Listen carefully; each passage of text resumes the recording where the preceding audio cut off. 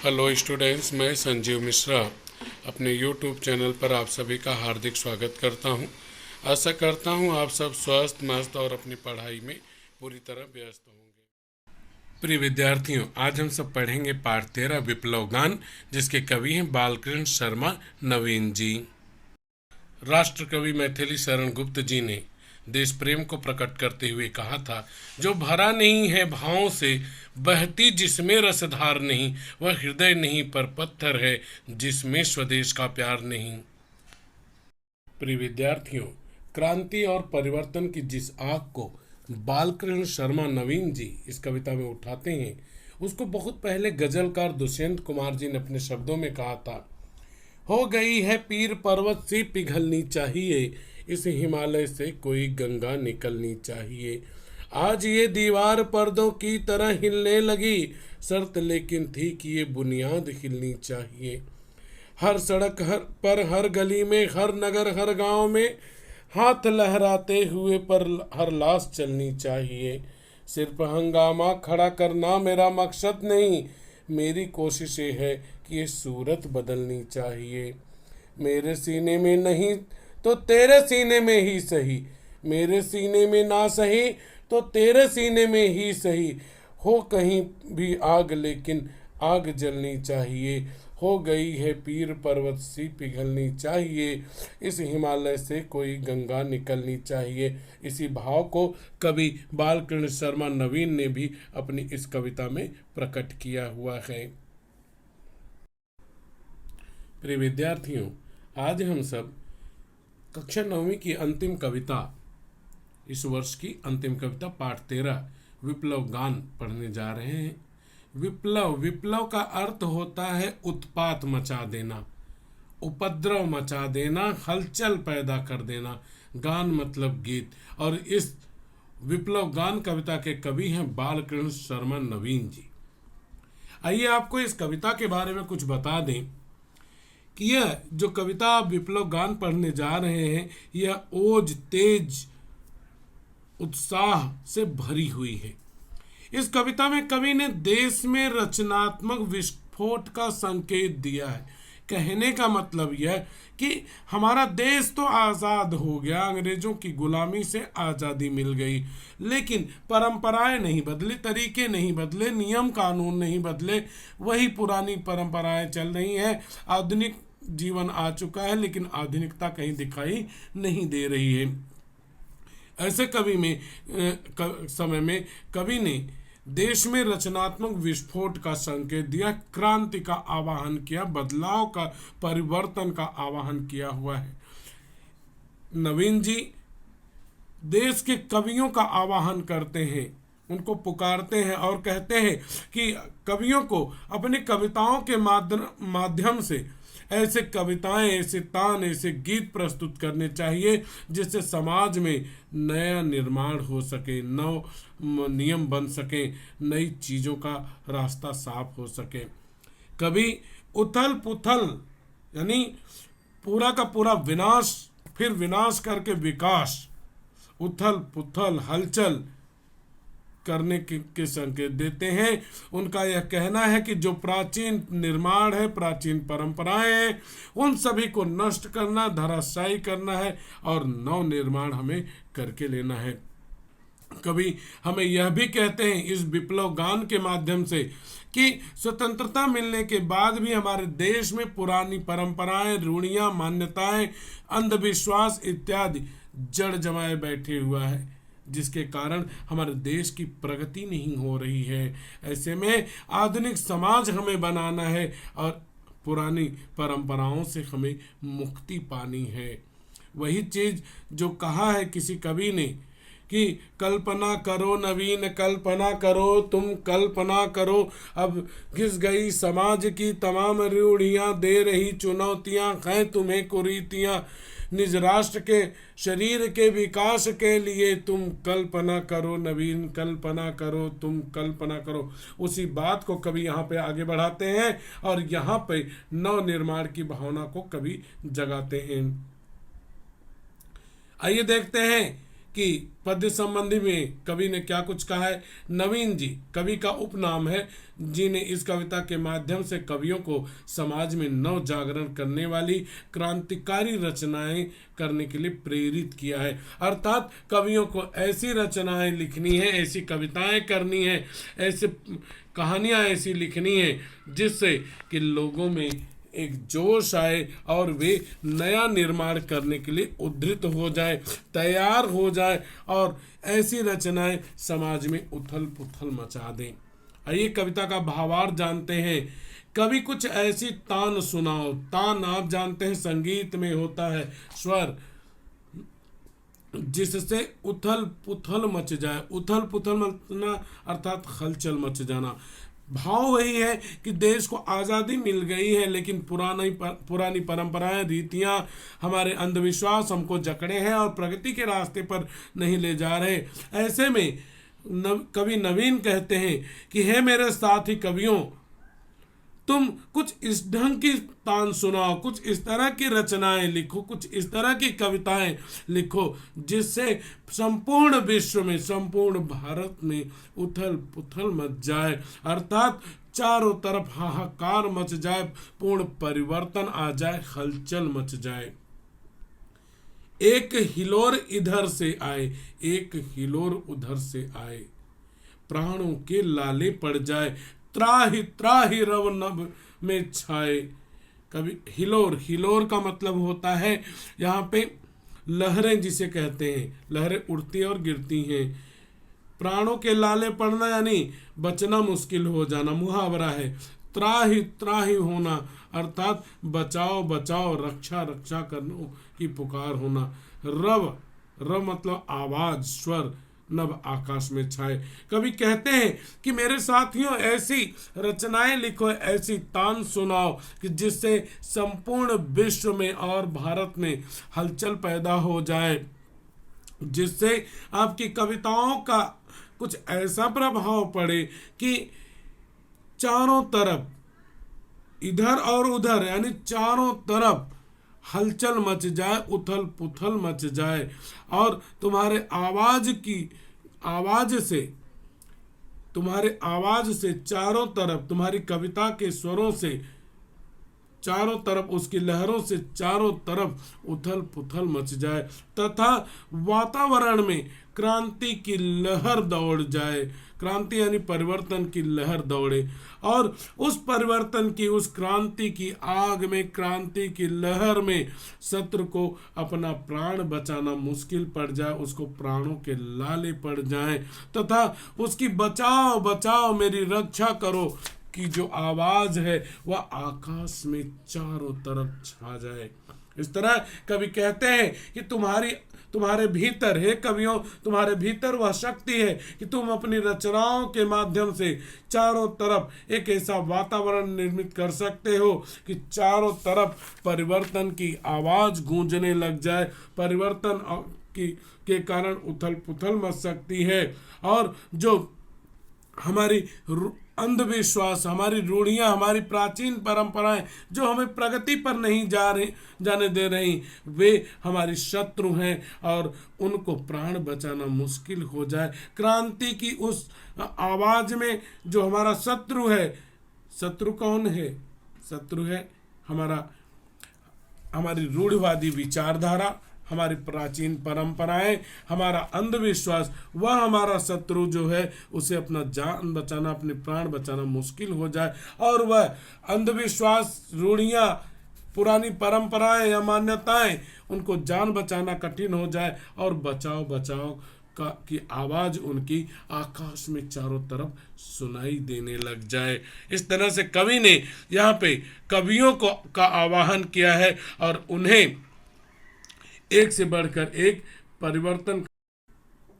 परिवर्तनकारी रचनाएं करने के लिए कवि ने प्रेरित किया हुआ है। तो यहाँ पे शत्रु के रूप में यह याद रखिएगा कि हमारी जो पुरानी परंपराएं हैं, रीतियां हैं, कुरीतियां हैं, बुराइयां हैं, अंधविश्वास हैं, वे आती हैं।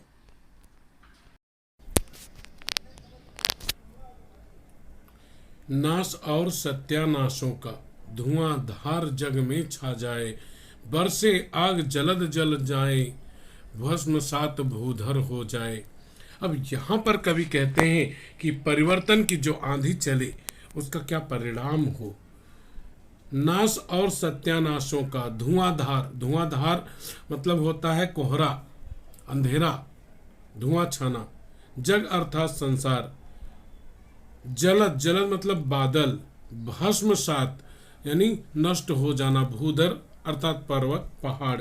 कभी आगे कहते हैं कि संसार में चारों ओर विनाश का, नष्ट होने का धुआं फैल जाए। संपूर्ण संसार में जो पुरानी परंपराएं हैं, रीतियां हैं, रिवाज हैं, अंधविश्वास हैं, जिन्होंने विकास के रास्ते को रोके रखा है, संसार भर में उन सभी का नाश हो जाए और उसका धुआं संसार में चारों ओर फैल जाए।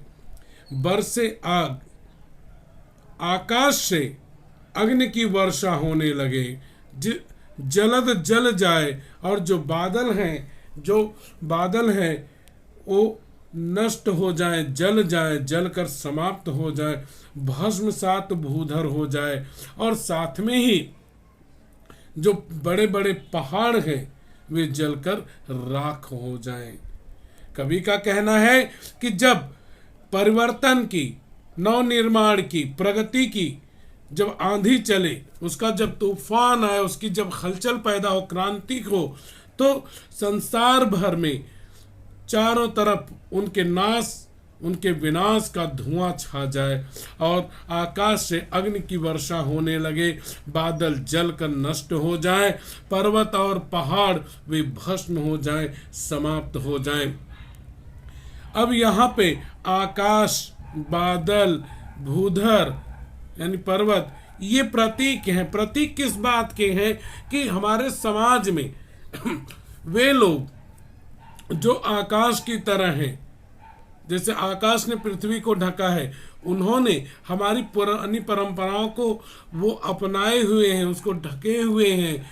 और जो बादल हैं, जो जैसे वर्षा करके गर्मी की को, पृथ्वी की गर्मी को शांत कर देते हैं, गर्मी को दूर भगाते हैं, तो बादल के समान हमारे समाज में वे लोग जो अगर कोई क्रांति, परिवर्तन या बदलाव लाना चाहता है तो उसे परंपराओं का हवाला दे करके या हमारी रीति रिवाज है ये सब कह के उन कुरीतियों को, उन पुरानी परंपराओं को, बादल जैसे धरती की गर्मी को शांत करता है, लोगों की गर्मी को शांत करता है, वैसे ही उनको ठंडा कर देते हैं, उनको शांत कर देते हैं। तो यहाँ बादल का अर्थ ऐसे मनुष्य हुआ। भूधर, भूधर अर्थात जैसे विशालकाय पर्वत होते हैं, उन विशालकाय पर्वतों की तरह जो बहुत बड़े बड़े लोग हैं, अधिकार से संपन्न लोग हैं, जिनके हाथों में शासन की बागडोर होती, उन्हें एक तरह से यहाँ भूधर कहा गया। तो वही कवि का कहना है कि हमारे समाज में जो आकाश की तरह, आसमान की तरह वे लोग हैं जो इन पुरानी परंपराओं की रक्षा करते हैं, तो वहाँ आकाश से अग्नि की वर्षा होने लगे, अर्थात वह आकाश जो हमें सूर्य की तेज किरणों से रक्षा करता है, हमें ढके हुए, हमें छाया देता है, वह जलकर नष्ट हो जाए। ऐसे लोग जो हैं, जो आने वाली नए निर्माण को रोकते हैं, पुरानी परंपराओं को अपनाते हैं, आकाश रूपी ऐसे लोग जलकर नष्ट हो जाए। बादल पूरी तरह जलकर समाप्त हो जाए, अर्थात जो लोग क्रांति के रास्ते में रोड़ा अटकाते हैं, जैसे बादल अपनी वर्षा करके धरती की गर्मी को शांत करता है, ऐसे लोग जो परिवर्तन को रोकने का काम करते हैं, परिवर्तनकारियों को ठंडा कर देते हैं अपनी बातों से बहला फुसला कर, ऐसे लोग जो बादल के समान हैं, वैसे लोग जलकर नष्ट हो जाएं। और जो ताकतवर लोग हैं, जो पहाड़ों के समान हैं, ऐसे लोग भी उस अग्नि में जलकर नष्ट हो जाएं। पाप पुण्य सद भावों की धूल उड़ उठे दाएं बाएं, नभ का वक्ष स्थल फट जाए, तारे टूक टूक हो जाए। इसीलिए मैंने कहा ओजपूर्ण कविता है। ओजपूर्ण कविता का अर्थ यही होता है, ओज मतलब होता है जिसमें बहुत अधिक उत्साह हो, जोश हो। तो ओजपूर्ण का यही मतलब, इसमें उत्साह से भरी हुई है कविता। सद सद, इसका संधि विग्रह करेंगे तो सद धन असद, यह व्यंजन संधि हो जाएगी आपकी। और सद धन असद, असद मतलब असत्य, सद मतलब सत्य, सत्य और असत्य। वक्षस्थल, वक्षस्थल यानी छाती, सीना, नभ, नभ आकाश। टूक टूक हो जाना अर्थात नष्ट हो जाना। कभी आगे क्या कहते हैं उसको देखते हैं। पाप पुण्य सद सद भावों की धूल उड़ उठे दाएं बाएं। उनका कहना है कि जब परिवर्तन की आंधी चले, परिवर्तन की हलचल पैदा हो, तब हमारे चारों ओर के जो पाप और पुण्य हैं, हमारे अच्छे और बुरे जो भाव हैं, विचार हैं, वो धूल की तरह उड़ करके दाएं बाएं हो जाए, अर्थात इधर उधर हो जाए, उड़ने लग जाए। कवि का कहना है कि जब परिवर्तन की आंधी चले तो हम पाप पुण्य की जो हमारी विचारधारा है, क्या करने से पाप होगा, यह करने से पुण्य होगा, यह अच्छा विचार है, यह बुरा विचार है, ये सभी भाव जो है उस परिवर्तन की आंधी में, परिवर्तन के तूफान में वे सभी उड़ जाए, दाएं बाएं हो जाए, अर्थात नष्ट हो जाए, नभ का वक्षस्थल फट जाए। और साथ में ही यह क्रांति, यह बदलाव की बयार हवा इतनी तेज होनी चाहिए कि आकाश जो है वह फट जाए, उसमें दरार हो जाए और तारे टूक टूक हो जाए। टूक टूक हो जाना यानी कि नष्ट हो जाना, खंड खंड हो जाना। कभी कहते हैं कि आसमान में, आकाश में रात के समय टिमटिमाने वाले जो तारे हैं वे टुकड़े टुकड़े होकर नष्ट हो जाए, उनका अस्तित्व समाप्त हो जाए। कहने का मतलब कवि का यही है कि जितने भी लोग हैं जो हमारे परिवर्तन को रोक रहे हैं और जो हमारी बुराइयां हैं, कुरीतियां, अंधविश्वास है, उनको अपनाए हैं, वो सब नष्ट हो जाए। कभी कुछ ऐसी तान सुनाओ जिससे उथल पुथल मच जाए। कभी निवेदन करते हैं, प्रार्थना करते हैं अपने समकालीन कवियों की, वे कहते हैं कि ऐसी कविताओं की रचना करो जिससे इस संसार में हलचल मच जाए और जो पुरानी परंपराएं हैं, रीतियां हैं, कुरीतियां हैं, वे सभी जलकर उसमें नष्ट हो जाएं। आइए आगे चलते हैं अगले पद्यांश में। माता की छाती का अमृतमय पय काल कूट हो जाए, आंखों का पानी सूखे वह सोड़ित की घूंटे हो जाए। अमृतमय, मैं यहाँ प्रत्यय है अमृत के समान। पय, पय मतलब दूध। कालकूट, कालकूट एक विष होता है, जहर होता है जो कि बहुत ही ज्यादा खतरनाक होता है। आंखों का पानी सूखना अर्थात दया की, ममता की भावना समाप्त हो जाना, रहम की भावना समाप्त हो जाता। शोणित, शोणित मतलब रक्त, खून, कहते हैं ना खून के घूंट पीना, अर्थात वहां सब्र करना। शोणित की घूंटे हो जाए, शोणित यानी खून। कभी यहाँ पर उसी भावना को आगे बढ़ाते हुए कहते हैं, नवीन जी यहाँ पे कहते हैं कि क्रांतिकारियों की, परिवर्तन की जो तान है उसका समाज पर ऐसा प्रभाव पड़ना चाहिए, लोगों पर ऐसा प्रभाव पड़ना चाहिए, विश्व में ऐसा प्रभाव पड़ना चाहिए कि माता की छाती का जो दूध है, वह दूध जिसे हम अमृत के समान मानते हैं, वह पय, वह दूध जो अमृत के समान है, वह दूध हलाहल विष के समान हो जाए, विष, कालकूट विष के समान हो जाए। कहने का मतलब यह हुआ, यह नहीं कि माँ दूध की जगह पे जहर पिलाने लगे, नहीं, हमारी माताएं जो हैं वह अमृत के समान जो अपना ममतामयी दूध हमें पिलाती हैं, हम उससे स्वस्थ होते हैं। कवि का कहना है कि कहना यह है कि लोग केवल सुखी जीवन, अमृत के समान जो सुखमय जीवन है उसी के आदी न बने रहे, उसी को न अपनाए रहे, बल्कि जीवन में आने वाले कष्टों, परेशानियों, दुखों, तकलीफों को जो भयंकर विष के जहर के समान है उसको भी पीने के लिए तैयार रहें। यानी जीवन में अगर सुख की अनुभूति करना है तो आप दुखों से वंचित नहीं हो सकते हैं। तो कवि यही कहते हैं कि उनका कहना है कि कवि की जो तान है, कविताएं हैं, उसका ऐसा प्रभाव पड़े कि माँ की छाती का जो अमृत के समान दूध है वह जहर के समान हो जाए, हलाहल विष, कालकूट विष के समान हो जाए। और उसका कहने का मतलब यही है, उसका तात्पर्य इस लाइन का यह है कि लोग केवल सुखमय जीवन जीने के जो आदी हो गए हैं, आदती हो गए हैं, वह सुखमय जीवन को छोड़ करके कष्टों के समान जो भयंकर विष है उसे भी पीने के लिए तैयार। बच्चों, अगर आपको मेरा पढ़ाना अच्छा लगा तो वीडियो को लाइक कीजिए, चैनल को सब्सक्राइब कीजिए और वीडियो शेयर कीजिए तथा कमेंट बॉक्स में कमेंट कीजिए कि आपको मेरा पढ़ाना कैसा लगा।